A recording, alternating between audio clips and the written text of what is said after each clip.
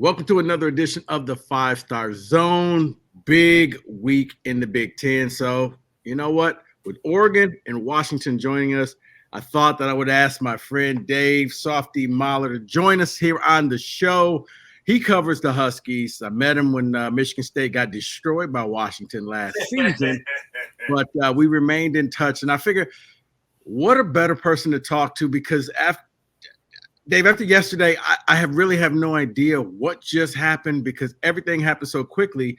Yeah. From the Big Ten standpoint, the rich got richer. Yeah. But from the Pac-12 standpoint, what the heck happened? You went from the Pac-12 to this morning, it's the Pac-4. Right. Well, first of all, it's good to see you, man. Second of all, I want to just play something for you. With UW joining the Big Ten, I think it's appropriate for you to get used to hearing this.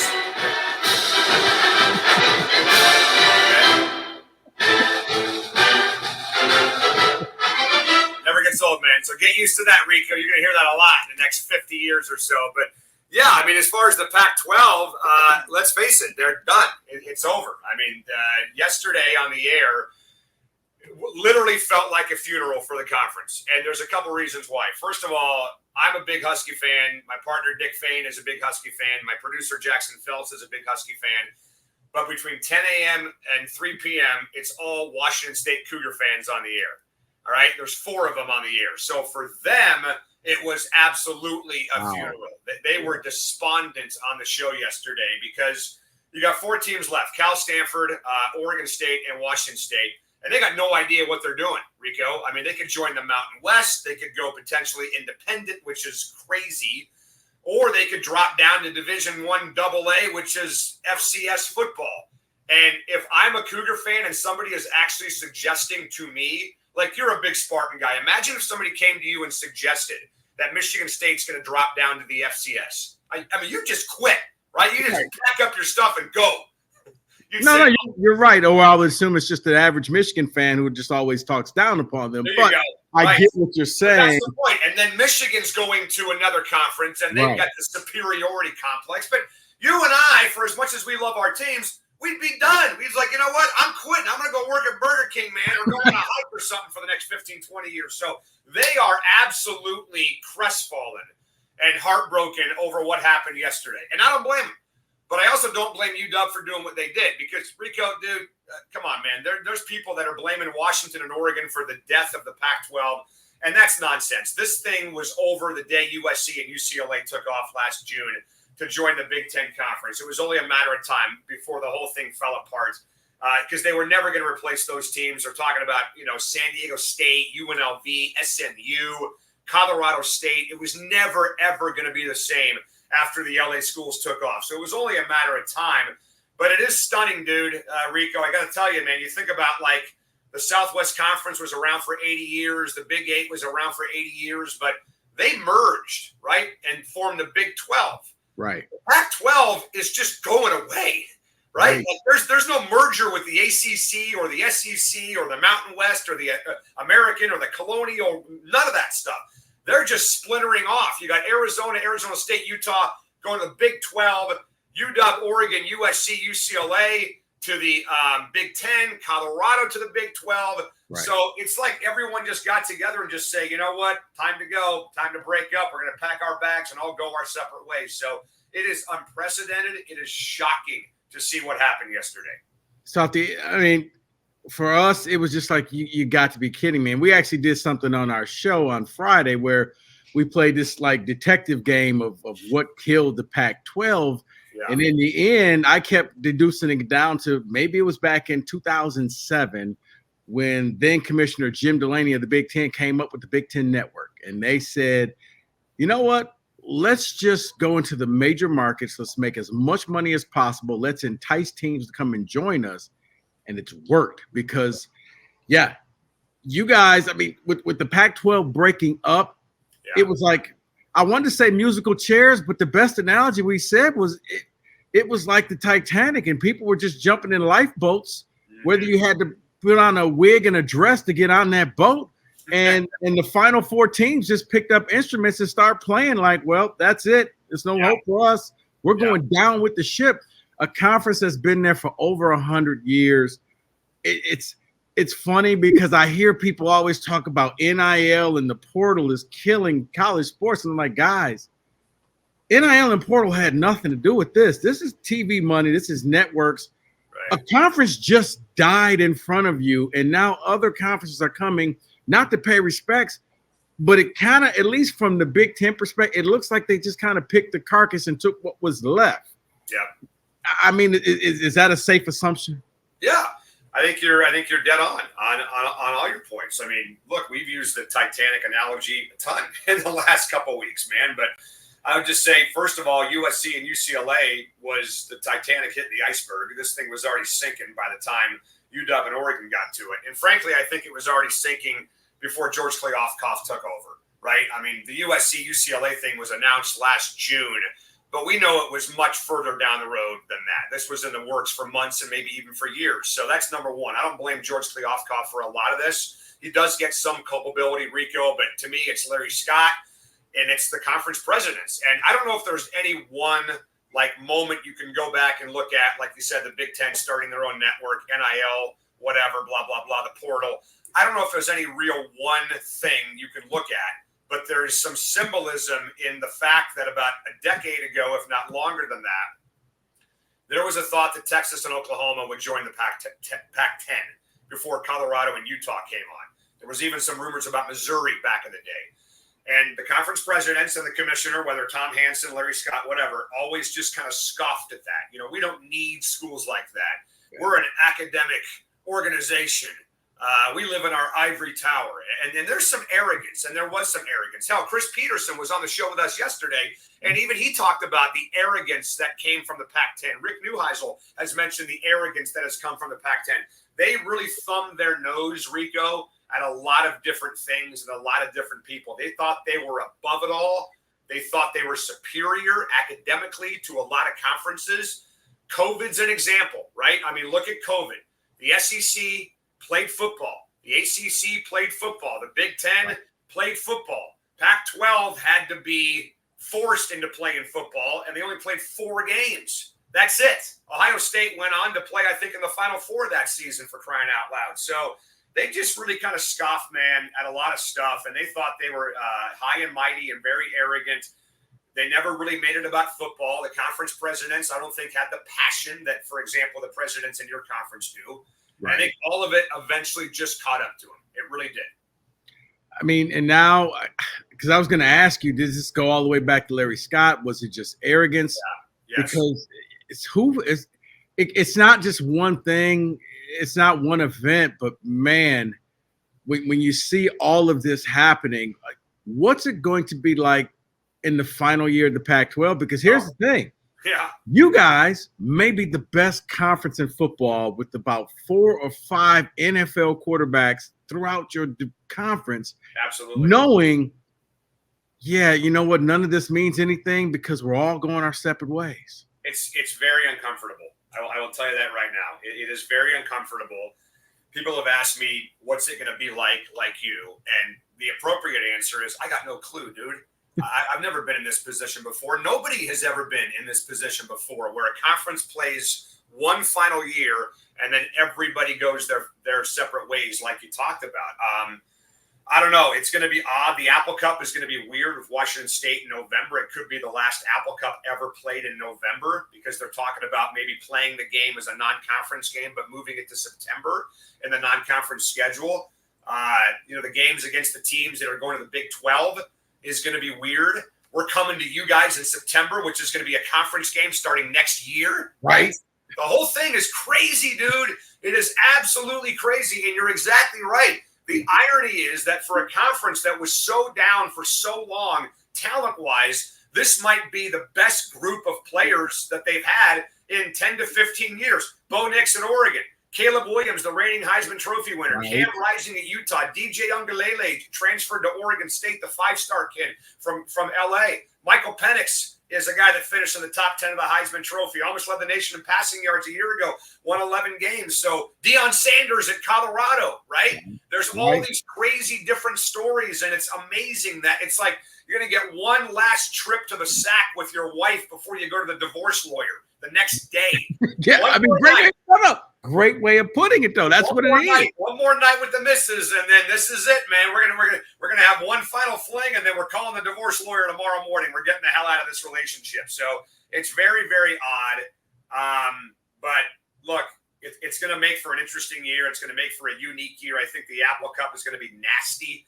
The Apple Cup always is nasty. It's always about the rivalry, and people are on edge, and there's emotions, especially in our office where, again, we got like 5 or 6 Cougars that work with us in the office, so it gets kind of crazy a little bit. But this year is going to be like David versus Goliath, and they're going to want to prove something. And I'm very curious to see how Washington State's players react to this. Like, those guys went to Wazoo to play in the Pac-12.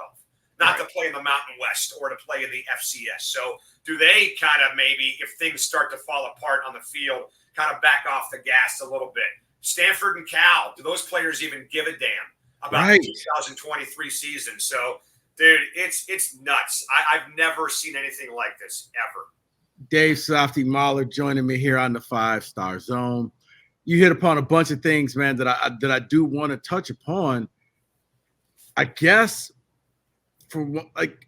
is there excitement? I mean, after the shock is over that the conference is done, is there excitement that maybe, hey, we're going to the Big Ten, new challenges, new teams, new things to play? And on the flip side, Washington State and Oregon State and Cal and Stanford kind of feel like the kids who their parents forgot to pick them up after soccer practice. Yeah, no doubt, man.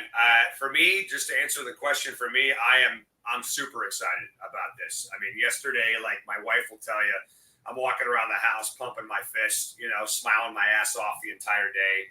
I think it's great. I think it's phenomenal for UW football because, Rico, here's the deal, dude. The Pac-12, the last 10 years or so, has been trashed by everybody. I mean, you guys know that, right? Like, it's almost become a meme on Twitter across the country. The network stinks. The distribution stinks. The late kickoff times are terrible. You can't get anybody to play you in the non-conference. Oregon's president was complaining about that they can't get anyone to come to Eugene in the month of September. Every now and then somebody will show up, like this year, but it's hard to get non-conference teams to come out here and play in the month of September. The referees were a joke. They play in the Final Four.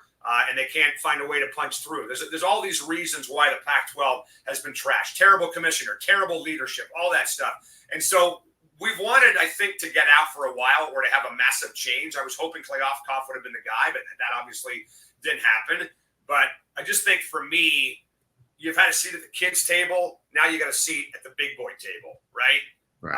And I love that. I think that iron sharpens iron. I love the fact that UW and Oregon and USC and UCLA are going to have access to the marketing machine of the Big Ten, the passion of the Midwest, the footprint of the entire country now from Seattle to Rutgers, for God's sakes, 3,000 miles away between road trips. I mean, hell, we played Rutgers in a non-conference game like 7 years ago in New Jersey. It was Byron Murphy's debut, picked off 2 passes that day, and the Huskies won. So now a game like that is going to be a conference game. And really the cool thing about it is for the first maybe couple years, maybe even more than a couple years, every Big Ten conference game is going to feel like a non-conference game because it'll be happening for the first time. The first trip to Beaver Stadium, Happy Valley, right? Going to Camp Randall to Wisconsin. Going to Indiana, right?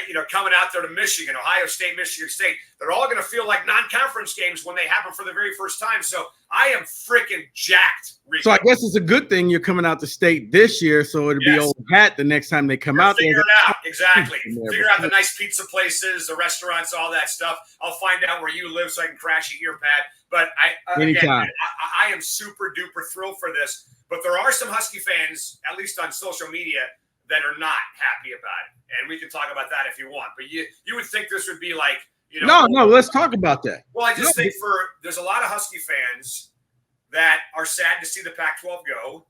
They're tired of money running and dictating and the TV networks dictating college football. And that's obviously a complaint that people have across the country. But I just think the Huskies had no choice. I mean, you made the point. You're exactly right. This was the Titanic going down. If Washington decides to stay, who's to say that Arizona, Utah, Arizona State all play along and they stick around too? So let's say you stay if you're Oregon, you stay if you're Washington, but then those other schools take off and then you're screwed in a 5 or 6 team conference. Even if everybody stays, it's not the same without the LA schools. It's just not going to be the same. So in the name of tradition, in the name of history, I think that stuff matters, but only to a certain point. It doesn't matter if your conference reputation is in the toilet. It doesn't matter if the revenue and the TV deal is pathetic compared to other conferences around the country. So, hey, I would have loved to have kept this thing together also. But once USC and UCLA took off, and once the TV money was obviously not going to be up to par, I don't think UW had a freaking choice, dude, at all. Softy, look, you brought up the TV money. Yeah. When you hear the Big Ten schools probably are going to get close to $80 to $100 million, you guys will only get, if I read correctly, $30 million, which sounds insulting. Right. But then a bigger insult comes in when your commissioner comes in, hey, we struck a deal with Apple TV. And it's like, you mean we couldn't even get the CW network? We're on streaming, Apple TV of all the networks, and you still are going to make more money at a reduced rate in the Big Ten for the next 7 years than you would being the top dog of the Pac-12. I got to think that was the last straw. Of course, that's exactly it. And I mean, look, if you think about this logically and rationally, which sometimes on places like Twitter is hard for folks to do. Good luck with that. Right. Thank you.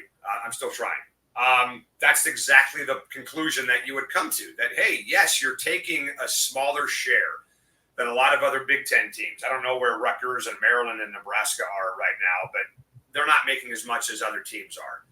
But it still is more than what you had with the Pac-12. That's the point. And then you're talking about selling season tickets, merchandise sales, more people fired up for this whole thing. It's not just the TV revenue. It's everything else that comes along with being in the Big Ten. Like, for example, it's not a big number, but in one day yesterday, UW sold 130 season tickets yesterday.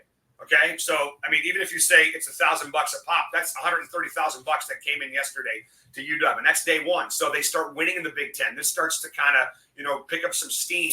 Right. It's absolutely the right call to do this from a financial perspective, from a relative perspective, perception perspective. Dude, it's a no-brainer. It's an absolute no freaking brainer. And then when the initial deal is up with the Big Ten, then you're going to be getting a much bigger piece of the pie when the new TV contract kicks in. Right. And I guess I'm just wondering, what does Cal and Stanford do? Because they're, no offense to Oregon State and Washington State, but those two schools are pretty prestigious, and they're just kind of standing there like, wait, what just happened? Right. How come no one wants us? Were they just too smart for everybody? Yeah, I just think that Cal and Stanford, the Bay Area is not exactly a great college football market. At least with Washington State, you've got a lot of Cougar fans that live in Seattle, okay, and have the Seattle market. Oregon State, a lot of Beaver fans in Portland, and you got the Portland market. The Bay Area is not college football friendly. I mean, I don't know if you've been to a game at Cal or Stanford, but there's a reason why they call Stanford the library, because nobody shows up, right? Honestly, I mean, there's just not a lot of passion for it. California is the same way. It's a different cat down there in the Bay Area when it comes to college football. So I have no idea what's going to happen to Cal and Stanford. You could tell me they're going to go independent. I'd buy it. You could tell me they're going to drop football. I'd buy it. I honestly think that for schools like those four that you talked about, there's a real chance that they may have to drop some sports because of this. And that's freaking sad, right? The fact that, some kid's not going to get to play, baseball or golf or water polo or track, whatever, stinks. So I think there's a real kind of unknown avenue there for those four schools and have no idea what they're up to. I think they're hoping that eventually they get the invite to the Big Ten. And there was a thought that UW, Oregon, Cal, Stanford would potentially all come together with USC and UCLA. Maybe you try this 4-team West Coast thing out for a while, see if you got to add a couple of extra teams. I personally think, Rico, I don't know about you, but I personally think in the end that FBS football, or Division I, as you and I have known it for a long time, is going to be made up of 2 or 3 super conferences, and maybe even just 2, with the Big Ten and the SEC, or the Big Ten, the SEC, and the ACC. I think there's way too many teams in Division I college football. You got 120-plus teams, but half of them every year have no shot whatsoever at winning the national championship or making the Final Four. So why not get rid of them? Give me a 65, 60-team league and then let the other schools form another league that sits between FCS and FBS. I've said that before, and I don't know if you follow wrestling, but I'm like, imagine if you just almost had like an intercontinental championship for the other team. So you now have something to shoot for, knowing, well, you're never going to beat Georgia. You're never going to beat Alabama. But your team 66 through team 120, you got a shot at winning something, but you're not in Division II. I've often said that, and people have like, no, that's not what college football is about. I'm like, it actually is, because think about it. You win your bowl game and you're happy, you're satisfied in the offseason thinking how great your team is, and you look forward to the next season. You lose your bowl game, and now people are saying, well, we're not that great, and maybe we need to be better. So yeah, no, for sure. Hey, don't know if you can see this or not, but I got my dog DJ here, and he's got his little toy behind the couch. So let me get this for him, and he can leave us alone. Hang on a second, DJ. DJ, say hi to Rico, buddy. DJ. Wow, there's DJ right there. Okay, man, there you go. All right. Anyway, yes, you're exactly right. And I think, again, there would be an initial transition for a lot of people that would be terrible, right? And it might take 10, 15 years. Like, I don't know, just give you, let's say, I don't know if Indiana football would, be maybe Rutgers. No, Indiana would fall in there too. Okay, so they would be used to waking up in the fall and at least having the dream of playing in a Rose Bowl, the dream of playing for a Final Four. Then you wake up and that's gone. And that would stink, totally, right? But I think eventually a new generation of fans comes in, they're used to it, they figure it out. Imagine if the NFL, I've used this before on the air, imagine if the NFL said, all right, we're going to expand to 65, 70 teams, and we're going to bring in the old like World League, right? Be a part of the NFL, just so we can beat them up, right? I mean, there's no point. There's no point to that. They have no shot of competing whatsoever. Correct. So, Rico, I don't know how you figure out which teams would come, which teams would go, but this would allow way more teams to compete for a championship, whatever that would be. But you also need those teams in the non-conference, or you get to a point where you say, okay, if you're UW, Michigan State, Michigan, Ohio State, Alabama, whatever, we're going to start playing teams twice a year, right? Yeah. Instead of scheduling, like UW's got Weber State and Eastern Washington right now on their non-conference schedule next year. Instead of playing teams like that, let's play Michigan State twice. Or let's play Washington State twice if they're a rival. You guys play Michigan twice to end the year and to begin the year, whatever, right? That, to me, would generate even more money, would create even more interest, would sell even more tickets. Because who the hell wants to see UW play Weber State, honestly? Who really gives a damn about a game like that? But I'll watch my guys play the Cougars twice. I'll watch them play Oregon twice. So, look. But here's the sad reality. I think schedules will start getting more and more watered down. I think the non-conference, it sounds good. Like, hey, we're going to play these teams. Right. I think until you lose a game. And then it's, well, why are we playing these games? Like, you may play the Apple Cup. But then if Washington loses to Washington State too many times, it's like, yeah, you know what? Yeah, we're going to go back to playing some. We're not worried about that in the Apple Cup rivalry, man. We're not worried about losing to Wazoo in the Apple Cup rivalry. I mean, look, both schools have already come out and said they want to play it. I get your point, though, that it benefits Wazoo way more than it benefits UW. Yeah. But I just think, again, if everybody's doing the same thing, like right now the SEC is not doing the same thing. They got 8 conference games, and they got dog meat on their schedule in November, okay? So if everybody can agree that we're going to do – everyone's going to play somebody twice. We're not going to schedule garbage in November. We're going to have a great non-conference schedule. I think if everybody's on the same page, it could work. But here's the thing, Softy. Until you get a commissioner, it's never going to happen because everybody's doing their own. The fact that like Notre Dame could just do whatever it wants to do and it's going to get invited to the party still amazes me. Right. People are like, well, are they going to join the Big Ten? I'm like, why would you join the Big Ten? You have your own network, you make your own money, and you have special rules designed just for you. Why would you give up all that freedom to join a conference? I often say, it's hard enough ordering a 3-topping pizza with 3 people, Notre Dame doesn't have to worry about that. They can just go in there and say whatever it is that they want. But you're right. And I had a coach tell me, it was at a high school. I mean, it was at a football camp, high school camp. A Big Ten coach said that what bothered him, he was like, I coached in the SEC. I coached in the Big Ten. the SEC does everything to win a title. The Big Ten does everything about money. And he was like, that's what pisses me off about this, because we don't try to win in the Big Ten. We're all about making money. And like what happened yesterday was more about money. And you're right. If they come out with 9 games between the conferences, it sounds great. You're going to get great matchups. But in the end, as you said, the SEC is going to play 8 games. They're going to beat up on 4 other teams. I've often said, when you look at the SEC teams, take Alabama, take Auburn, take the top Alabama and Georgia off the thing. Everybody else has a false victory built in there. An 8-4 team is really a 7-5 team. But they played a bad team, and they ended up going to a better bowl game because of which. I tell people, my audience, all the time, if MSU didn't fly out to Washington and they didn't play UW, and instead they played Bowling Green, they would have won that game. They would have finished 6-6. They would have went to a bowl game and possibly finished with a winning record. Right.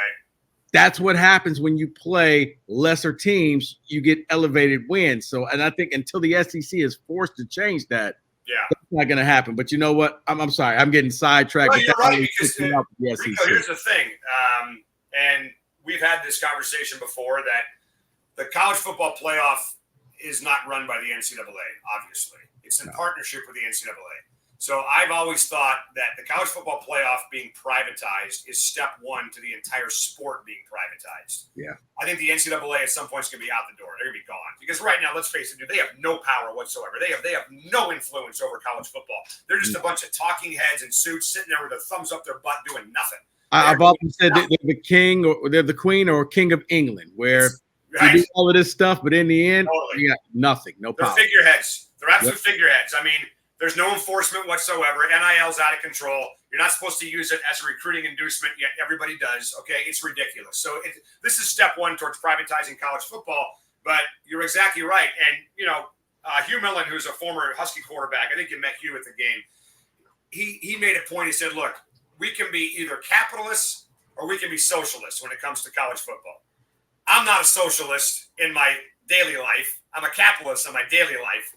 But the NFL is a socialist organization, meaning everybody splits everything 32 ways. He made the point about John Mara, the owner of the Giants, Wellington Mara, back in the day. They said, look, we're in New York. We know we can make more money than anybody else in the league. But for the league to survive, we need to spread the love. We got to spread the love for the league to survive. And we will make more money because the league makes more money. We can't do this by ourselves. We need the rest of the country to make this work. So, yeah, you can make more money, but I think college football needs to start thinking in almost like socialism terms. Yeah, that's a great point. As a matter of fact, it's so great, I'm probably going to steal it from you. Take it. I'll give you credit. But great point. You're Millen credit for that one. But yeah, I mean, because again, it sounds ridiculous if you're thinking about it politically, but we're thinking about it from a business perspective. That if college football can start adapting a socialist mindset where everybody shares everything, then you can have a quasi-professional league of 50, 60 teams where everybody survives. There's a round-robin schedule. You play maybe a couple teams twice every single year. Fan interest goes up. TV ratings go up. Dude, it's a freaking no-brainer. But the question is, can you convince people to do it? No, I appreciate it. And I appreciate your time joining us here on the 5-Star Zone. I will say this, something for you to look forward to. Yeah. A couple of venues. Some venues, kind of like how you said Stanford was the library. There's some venues pretty easy. Okay. If you can, if UW plays Iowa at night, that you got to be there for that. Okay. Probably, I've often said the most intimidating stadium is the Penn State whiteout at night. Right. Because you see 110,000 people all wearing white with those pom-poms, and when they do the cheers in unison, I'm like, this is a little intimidating. That is, and then the Ohio State Buckeye Stadium's pretty good as well. Yeah. Michigan, they're not gonna. It's not as loud as it's 110,000 people. Right. But if you have a lead, it's the quietest 110,000 people you've ever heard in your life. Now when they're winning, they're loud. But if you take a lead on them, it's like quiet in there. I've been to Michigan Stadium twice, and we've lost both games. I've been to Ohio State twice. We've lost both games. Never been to Michigan State. Looking forward to coming out this September. What did you think of UW Husky Stadium when you were there last year? I loved it. I mean, I like the whole experience that I literally had. I left the airport, hopped on the monorail, dropped me right off at the stadium. Right. And then, I love the stadium. I love how it was built. If it were me, I probably wouldn't have put those little suites in the corner, and I would have left it open air so that you could see the boats and everything. But nah, that place, that was a nice place. I mean, aside from State losing, I enjoyed the experience. Yeah. Everything about it. I mean, you guys do it well. Your crowd is into it. Your students are into it. I was like, okay, I like that. These are people who actually get what college football is all about. Well, and Michigan State obviously was a big non-conference game. What we're hoping is that the Big Ten affiliation will just kind of raise everybody's passion, right? Because you're right, Beaver Stadium, the whiteout. Looking forward to that. Camp Randall, jump around. We all know about that stuff. So, look, this is all new for us, dude. Just like if you guys were coming to the Pac-12, there'd be new stuff for you to experience as well. So I'm fired up for it, dude. I almost kind of feel like re-energized, dude. I'm 50 years old. I've been doing this for 30 years. I think everybody kind of needs a change in their life when things get a little stale. And I think college football and the affiliation with the Pac-10, Pac-12 had gotten a little stale. And this is going to re-energize, I think, a lot of people, including me. No, it is. Dave, I appreciate you joining me on the show. Thanks so much, and I can't wait to see you in 2 months? I'll be out there. I want you to come by the show on Friday night and hang out with us, man. All right, I'll be there, man. I'll see you then. See you, man. Right, see ya.